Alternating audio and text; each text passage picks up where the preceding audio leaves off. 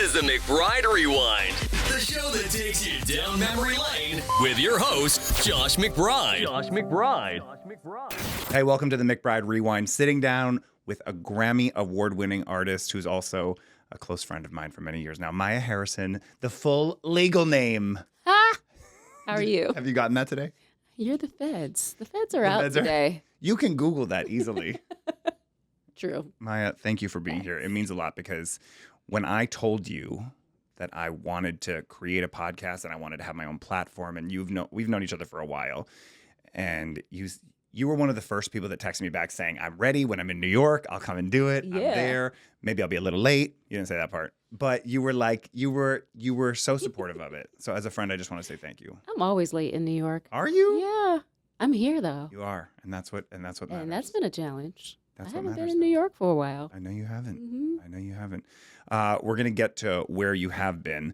The McBride Rewind is all about taking us back, right? The start of your career, the start of when it all became hot, and when it all became, I guess, this moment for you that you sort of knew you were that girl, knew you were it, right?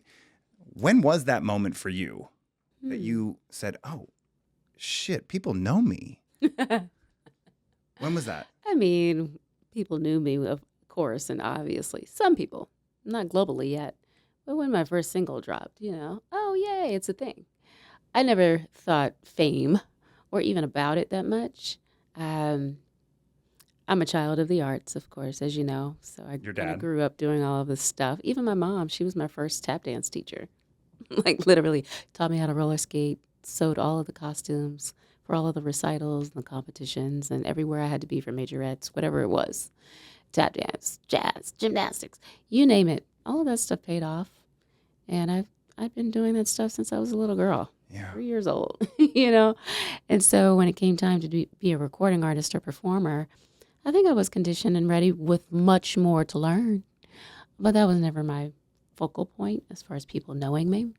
I think that's a part of the thing that comes with the territory of just being in the business of music. Mm. And your dad's been in the business of music for how long? Absolutely. Since still. he was probably 17, if not younger. Right. Mm-hmm. I was just looking at pictures the other day of him and his afro and his bands, several bands, but also my uncle, his brother, in the singing group that they had when they were teenagers, dressed to the max in bell bottoms and platforms and baby blue suits. It was awesome to see. But my dad is like not new to this. He's true to this. And that's where I get my hustle from. But my love of music, too. Both of my parents, they raised me on feel-good music on vinyl. Mm-hmm. Wow. And your mom works with you now, obviously. Mm-hmm. Both of my parents work with me. My mom is my accountant. Yes. My dad is always, in creative stuff, but also contracts, talking to agents, dealing with negotiations, musicians, whatever it is. Yeah. Mm-hmm. Let's talk about when you first started. Was there somebody who was already known in the space that was like, girl, you got it. You have it. Who was that? And when was that? Interesting thing, it didn't happen in music initially. It happened through tap dance. So Gregory Hines became a bit of a mentor and even guided my parents on the entertainment business when I was a tap improvisationalist. He had conversations with them on what the business really looked like as far as percentages, et cetera, and how the artists might be left with 40% at the end of the day, with commissions being 60 on, overhead. My mother was that person as well, who also watched all of my dad's books on his independent label. It was called TMC Productions. He pressed vinyl. He got songs out regionally to radio stations, but they were running an independent label, literally. And my mom did all the balancing of the checkbooks and the accounting, bookkeeping, all of the things. So she had practice with that, and so did my dad. And I watched them for years do that. Recording studio rehearsals in my living room and garage for years. My dad working 3 jobs, to invest, but also get us what we needed. My mom also worked and ran around town, taking us everywhere to practices.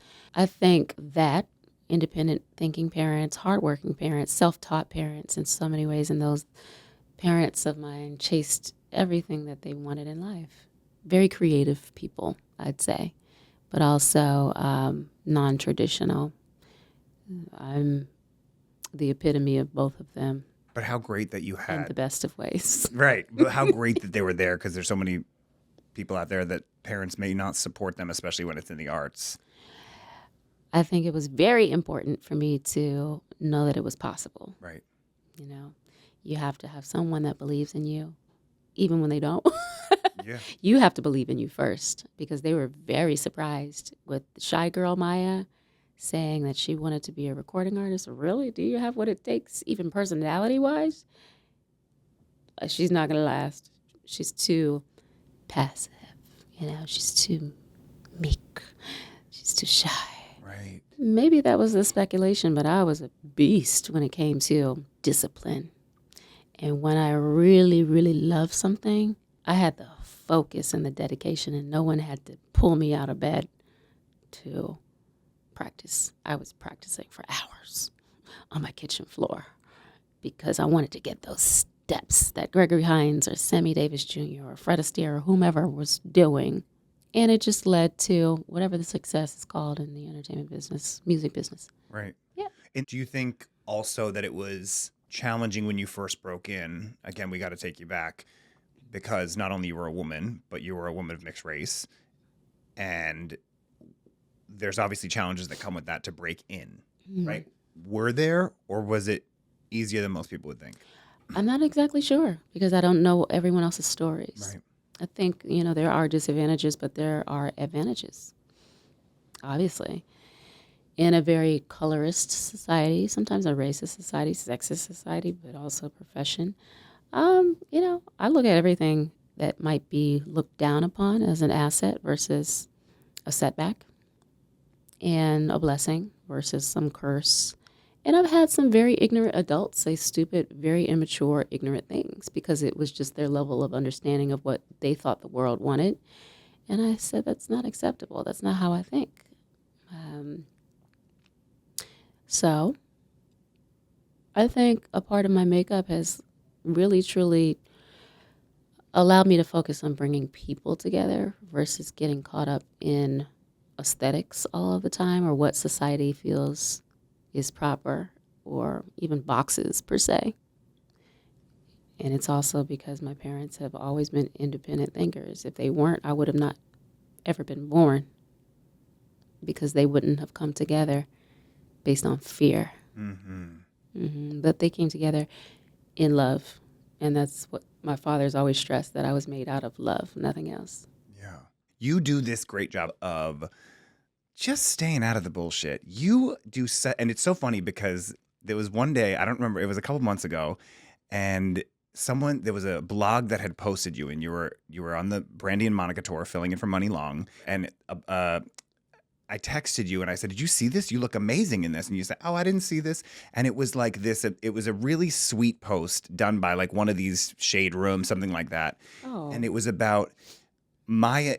It basically said like Maya is still that girl, and she just stays out of the drama. Hopefully. How other artists probably look at you and go, "How the fuck how do I do that?" And you've done a great job of that.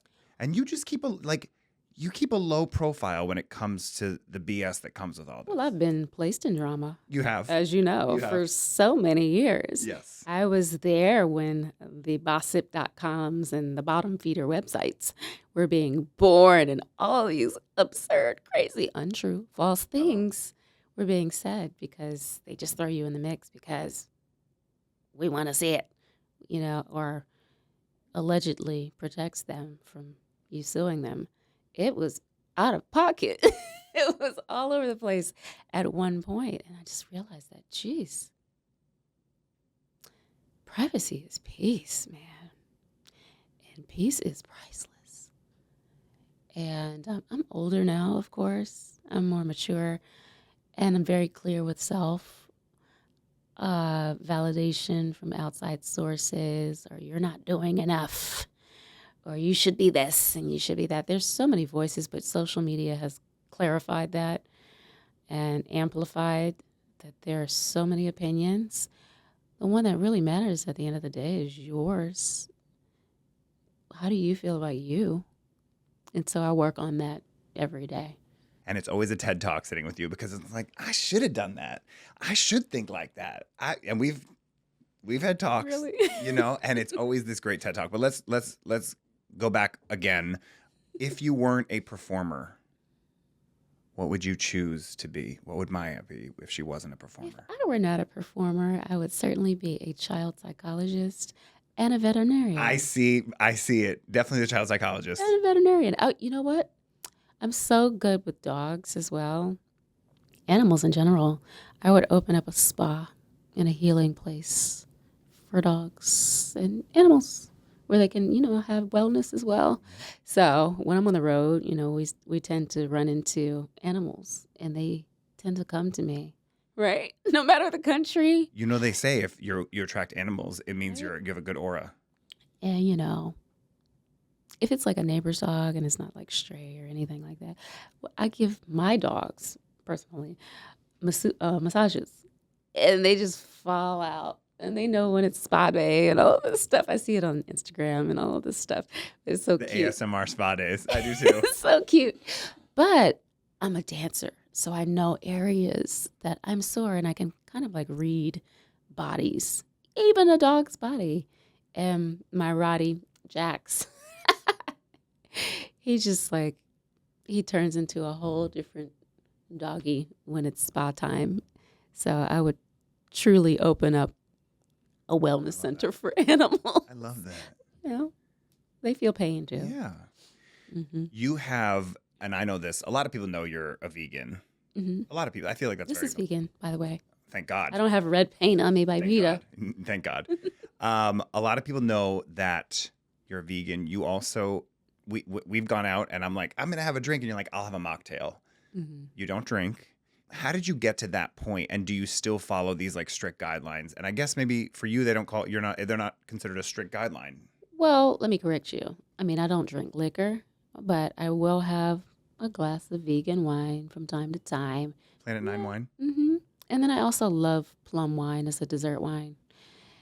And that's just very occasional. I'm usually on go mode all the time.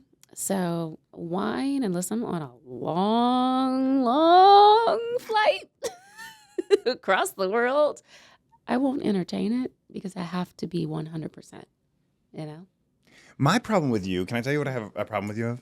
What? You don't sleep. I don't sleep consistently enough. Yeah. Yeah, you're right. But guess what? I just started sleeping. And what does that mean? It means that I had to say no to touring. It means that I had to get in the gym to start training and literally pour a month and a half into just Maya. No family, no friends.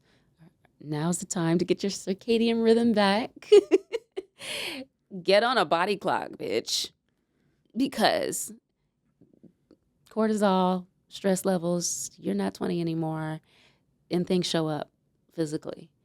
So I've been practicing self-care for about a month and a half, and it feels really good to be stronger, more lubricated in my joints, and ready to take on the world again when it's time to promote this album. Yes. Before we get to the album, because that's definitely on my list of things to talk to you about, I feel like I already know the answer to this. Would you have changed anything in your sort of career trajectory as it's gone? I would probably have somebody that has a video camera with me at all times. Yeah. Because there's so much juicy stuff, like missing bags. I want to see that stuff. Yeah. What do? You go shopping. You got to sew something. You got to figure it out. Can you borrow something from someone? I mean, there are so many moments that I've pushed through. Fun, cute stuff, but some horrific stuff when your reputation relies on it. The promoter's waiting. The crowd is waiting. They don't care. You're under contract. And let's go. Yeah. Pull it together, figure it out in the final hour. So video cameras for sure. And there were also some beautiful, amazing moments with legends that are not here anymore that I'll never have the chance to experience again. It's always ingrained in my memory. But at least a photograph or something of those moments. I think I would have someone with me at all times. To have those memories. Capturing. Yeah, show, all the kids that I adopt one day. Is that something that's on your list? It's always been on my list. Is that happening? Not right now. Okay. Yeah, I've always dreamed of having an orphanage and like really adopting children from all over the world and creating a safe place. Yeah. Do you dream about being a mom? No, I don't dream about being a mom. Giving birth it's never been a dream, but I've always had this dream of having a school or an orphanage and taking in children of the globe, so that they become teachers of how to love and spread that love, regardless of race, geography, gender, etc. A rainbow tribe. Yeah, I love that. Let's come to present day a little bit. You recently released ASAP. Yes. What did this song mean for you in this new era of Maya? I love the track. Well, this is the grown Maya era. I have some life experience under my belt now. I'm not a teenager anymore, not in my 20s, not in my 30s, and wearing it well. But ASAP, self-explanatory, as soon as possible. It's a song of urgency, of wanting to have a conversation, to address some noticeable changes in a relationship, partnership, whatever it is. Things are on ice a bit. Things are changing. And we don't know what those changes are. It's unaddressed, it's unknown, and a lot of fear can be harbored or tucked under the rug and swept constantly, and you start to get sick if you don't bring it up because you feel it. And the instinct is on point. It's a God-given gift that we all have, and we ignore it. We make excuses, and so I think at the final straw is you can't take it anymore. Or maybe you've had that experience before and you realize letting it fester is not helping anyone, including yourself. So let's talk about it. The conversation will be uncomfortable for both of us because this can mean one of two things. Either we move forward and try to figure out how we're moving forward. Maybe I made a mistake on misreading, misinterpreting, or this is not going to work. And it's time to let go and move on for whatever reason. But it's at least worth trying to figure it out or having the conversation so we can make the decision to do A, B, or C. Releasing songs now, very different than releasing songs even 10 years ago, but 20, 30 years ago. Has the industry changed for you in this space that much? And if so, how? Yeah, just a little bit. I've been an independent artist since 2008. Quite a long time. But things are ever changing in technology, and these platforms are new streaming and distribution partners on the digital front, and so many forms of social media and ways of connectivity, even performance platforms now. It's pretty cool to exist in this time, coming from recording to tape, literally, and watching the tape being cut and vinyl, CDs, and cassettes. My very first album was on a cassette and CD. So to have direct connectivity, to be able to talk to your supporters or fams, it's really cool because you get to read the room before you invest. What do you guys want? How are you feeling? What's happening in your life? You also have research. You know who your crowd is, your audience, your target audience, algorithms, analytics. They help in business when you're investing. And I couldn't really ask for a better time, especially as an independent artist, to exist and release music.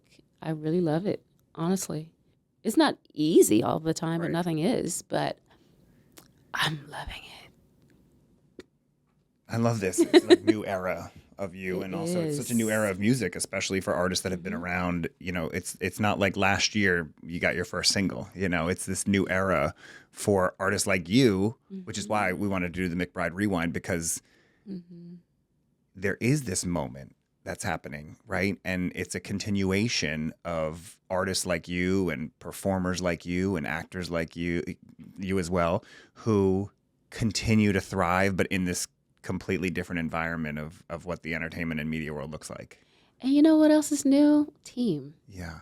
I started this independent journey pretty alone, and it was a little different of a day. Just kind of finding the footing. But now, salute to the team. We got a social media team, management team, PR team, marketing, Yeah. all of that, product manager, and it keeps growing. And I love that because, I'm changing and conforming to times, which is also changing all of the time. And I'm learning as well. I'm not a master of anything, but a student always. And right around the corner, like tomorrow, I'm going to learn something new that I didn't know today. That's how fast these times are moving. So it's exciting for those reasons. And I'm always interested in new information. It's hard to keep up with. Let's keep going with our years. So in 2001, you recorded Lady Marmalade. I did. 2001, of course, with Christina Aguilera and Pink, Little Kim. Do you keep in touch with any of those ladies? I mean, this is what you won the Grammy on this song, correct? Mm-hmm. Yeah. Yes. Mm-hmm. Do you keep in touch with those ladies, or have you performed with them? Yes, I've performed with both Kim and Christina these past few years, actually. LA Pride with Christina, and quite a few shows since 2019 with Kim. Mm-hmm. Yeah. Except for the pandemic year. Okay. And I think I ran into Missy in Atlanta recently for the Boys Mind Tour. That was nice. That would be really cool to do like what is this? It would be 25 years this year, right? Mm-hmm. Wouldn't that be really cool to like redo it or like remake the video or like that would be great to like have everybody do. That's not even in my notes. It would be. And I can't wait to go to a Pink concert. She's just so incredible. Talent. Yeah. Talented. Mm-hmm. Let's talk about acting because you obviously dabbled in that too. In 2002, you played Mona in Chicago. And then you appeared in Dirty Dancing Havana Nights and then Shall We Dance. Do you think you will get back to either screen, TV, or film soon? I can't answer the question of soon. It's now about intentionality and if it resonates with my heart. I also don't want to disrupt the flow of putting this music out, So in due time, in divine time. Yeah. But hey, things happen. When you're called, you're called. So I'm very open. But my last album came out in 2018. So I'm very committed to making sure that it comes out in 2026 first. You would answer a call maybe, though, if someone's like, hey, Maya, they want you on this movie. Oh, yeah, I'm so open. Yeah. Yeah. What's the schedule? Does it conflict with anything on the books, et cetera? And does it resonate? That's it. Do you have a favorite memory of kind of starting your career? And, we've had other people on and they were talking about TRL and we were talking about sort of who they performed with. Is there a favorite memory that you have? Specifically maybe of performing or a concert or a tour or a music video or an award show? No, there were so many amazing moments. So many amazing moments. Just being in the studio, creating, hearing things come to life. Track by track, stack by stack, and manifesting. As a creator, you get to see nothingness turn into something that becomes a part of people's lives, their car rides, their memories, and you get to be a part of that, and that's so great, I think meeting fans or supporters has always been really cool, face-to-face, in person. After, you do a show or even an old school CD signing, right? Those were the coolest things ever. The anticipation of an album dropping, something you could touch, feel, and walk away with, personalized. I miss those days of HMVs and Virgin Megastores and the in-store signings. I really love that. So to this day, I always manufacture vinyl or CDs, jewel cases, the stuff that you can touch and feel and keep with you forever. That's what I really miss from my journey. We talked about fans really quickly. People, if they haven't ever met you in person, you will say hi to every fan. When anybody asks you for a photo, whether it be 1 a.m. or 4 p.m., 99.9% of the time that I've been with you, it's been yes to the person. And it's just, that is a testament to who you are. What was the 1%?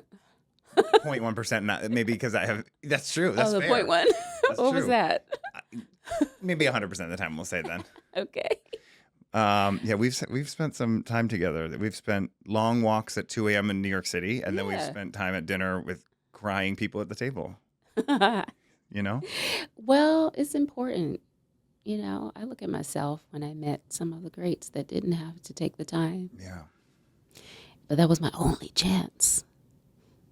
And, you know, it's a blessing to be in a position to possibly have affected someone's life in a way that they want to say that they appreciate you, you know, or tell their daughter or son about you for some reason. Really? Yeah. So if you've made impact in this person's life, it's your duty, to me, my duty, not speaking for all artists, but my duty to reciprocate, you know, that love, I would say.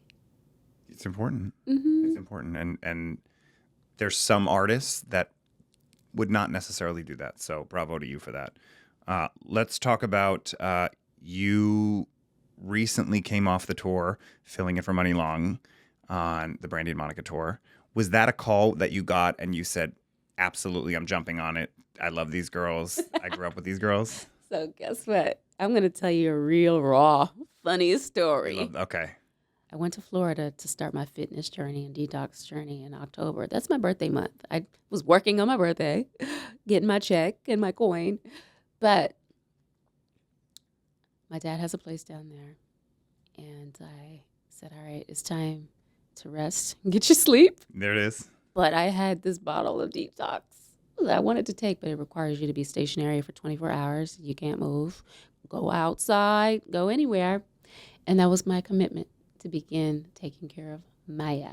On the road, you're eating at crazy hours. And I'd already been doing a plethora of performances on my own. Festivals, getting called last minute for this and that.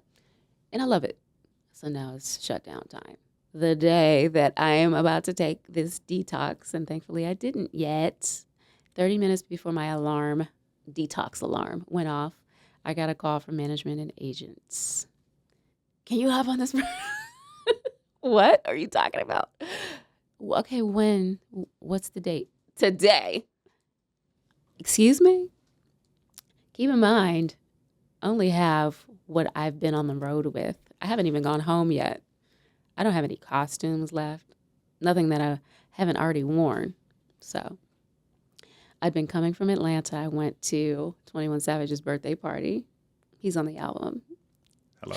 So went to his birthday party, and I was like, that's the only outfit I got. So if pictures are floating of me on the internet at this party and on this stage tonight, well, y'all are going to just have to drag me through the mud. Because you didn't I have wore anything it else. twice. You didn't have anything else. Okay. I didn't have anything else. Did you get a minute to break between the That I knew next of. stop? No.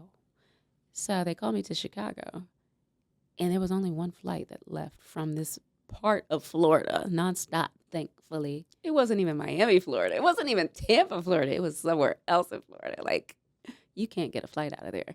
So I was like, okay, I found a flight. This is actually possible. Put the detox bottle back in the refrigerator.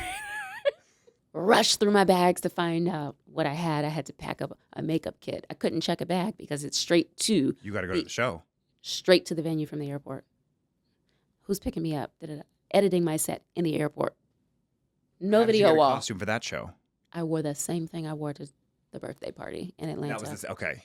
Georgia. And so I got to Chicago. I'm like, just give me an office. I need to get ready. Oh, we have a hotel for you. No, I don't have time to check into a hotel. I don't have time to do any of that. Give me an office. I don't care. Give me a bathroom. I'm going to need to do my hair. I got to do my makeup. I got to sew my pack on so I can hear. No sound check. You're getting all the real tea. But this is what I'm talking about. When people don't know, like Maya People does, don't have a but clue. Maya does Maya. Oh, Lord, what I say. I can't even hear because I'm literally just flying off of a plane. And you know how the ears get clogged up. I didn't have time to decompress or anything. So Sound check, nothing? no sound check.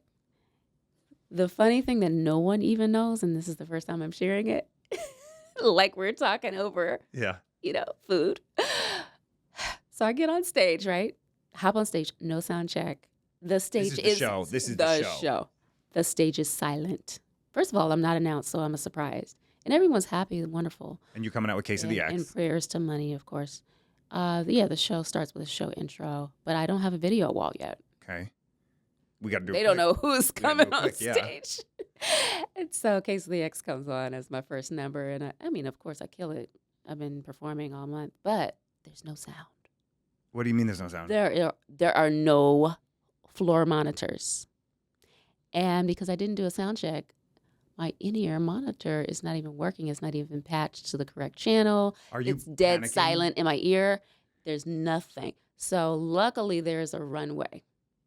I go to the runway for most of the show. Thank God I didn't have any dancers because I would have been confined to trying to do choreography, or they would have been off beat because you can't hear anything up there. And are you panicking inside now, or you're like, no, oh, I'm shit, not panicking. I'm just like, oh, okay. Where do you go? Go to the furthest you can to catch the sound coming from the front of house speakers that the crowd can hear. And that's where I had to stay. Feedback and everything. Because if you move left or right on the horizontal aspect of the stage, you can't hear a damn thing. And you're singing off beat, singing off key. I'm like, oh, they're going to tear me to pieces on these vlogs tomorrow because I can't hear. And if you can't hear, you can't even sing on key or on beat. And I noticed on a couple of clips on the side of the stages that I'm singing off beat, thankfully on key, but it was a disaster for me mentally. I'm like, oh goodness, this is all bad with no sound on stage. So I just made my way to the diamond in the front and kind of lived there for the rest of the show. And that was a scary moment, but no one knew. Just like, Lord. And so when I got backstage, they're like, oh, see you in Kansas City tomorrow. I'm like, excuse me. We're going to need some speakers on the floor.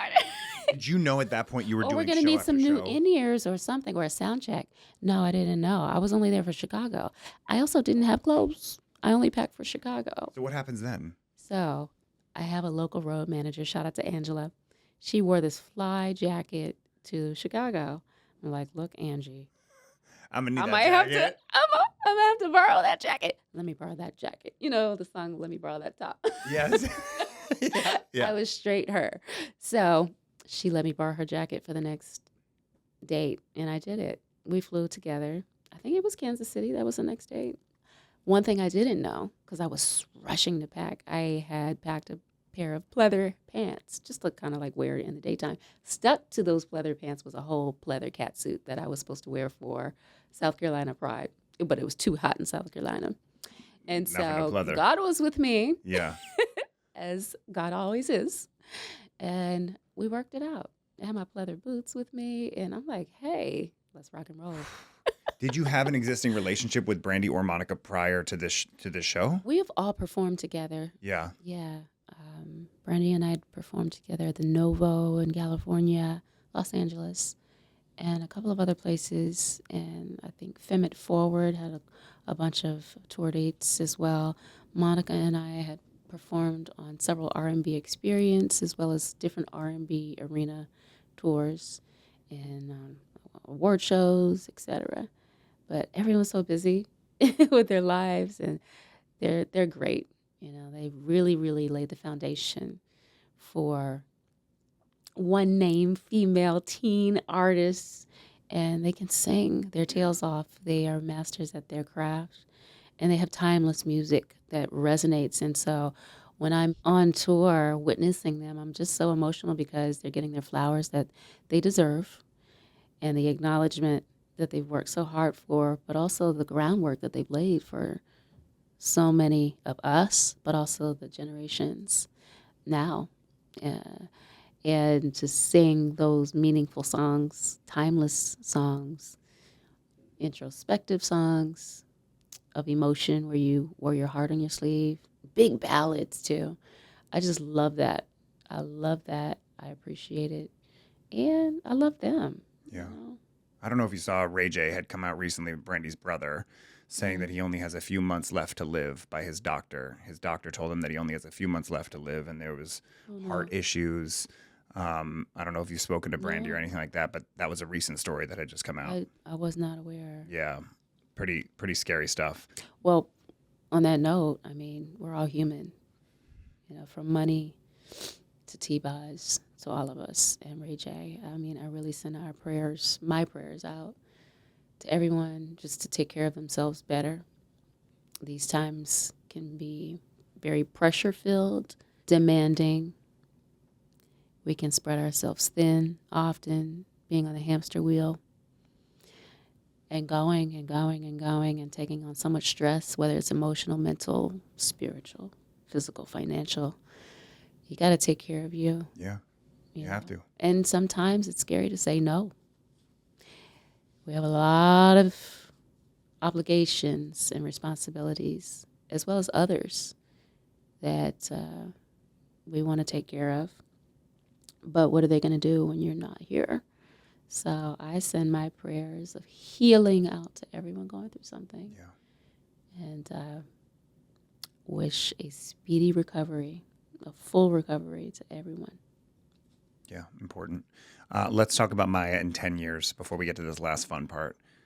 Where's Maya in 10 years from now? Maya in 10 years is helping others, living a very simple life, having my spot on an island somewhere, so that I can also reap the benefits of this beautiful earth that we live on. Of course, I'm going to be involved in preserving the environment as much as possible, a part of coral reef projects, animal wellness projects, helping children.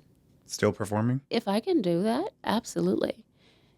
It's not the type of music that I'm making right now, but I've already actually made some of that music that I'll be performing in 10 years.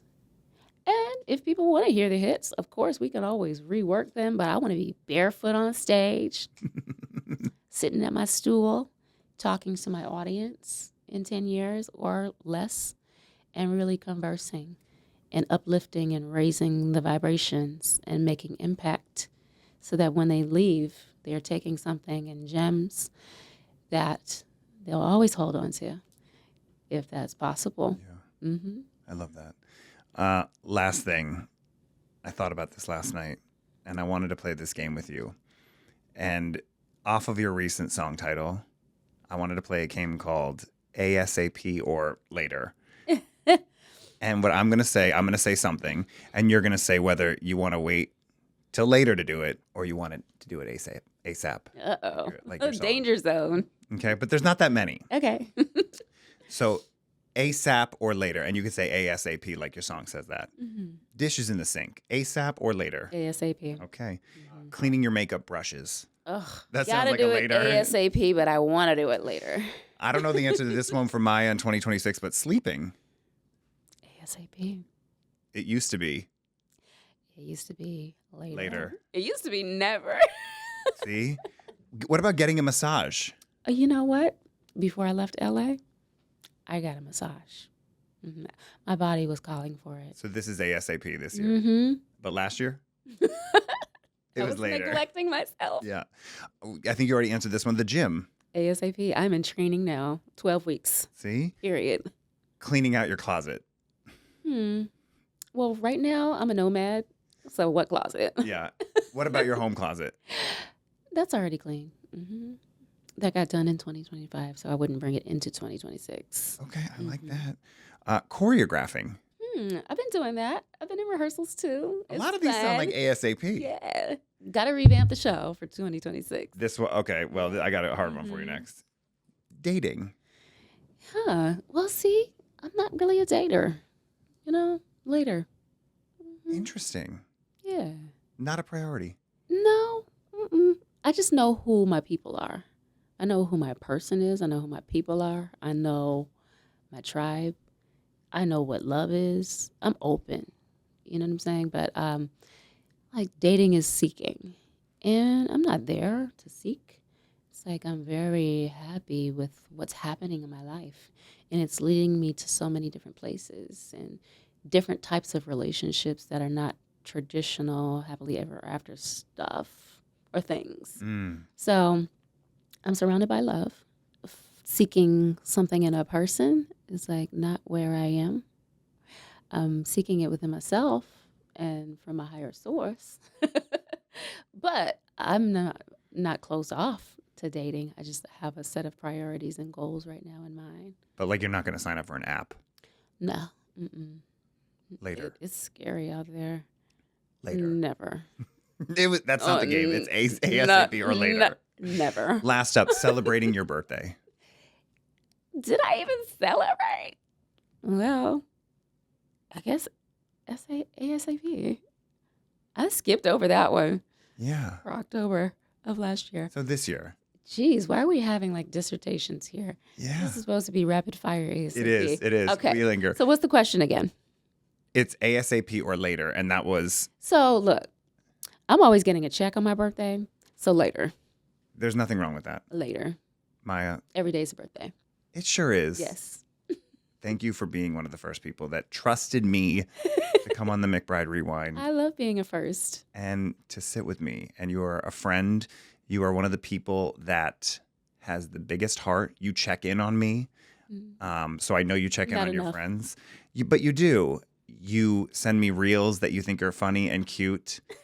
You are always answering a text message at 5 a.m. when I am not awake. I'll probably text you at 5 a.m. when Always. you're not awake too. And I just want to tell you, I'm so glad I met you because you are such a good person. And I think anybody that has listened or watched this episode can take that from you. Oh, well, I appreciate you. Love you. Love you. Congratulations. And sorry I was so late. It's okay. Next time, don't. ASAP. Later, apparently. Maya, thank you so much. Thank you, Josh. Thanks for listening or watching the McBride Rewind. If you like what you heard, subscribe and share this with a friend. If you love what you heard, leave us a review and post us on social media. Tag us at the McBride Rewind on all platforms so we can see it and repost.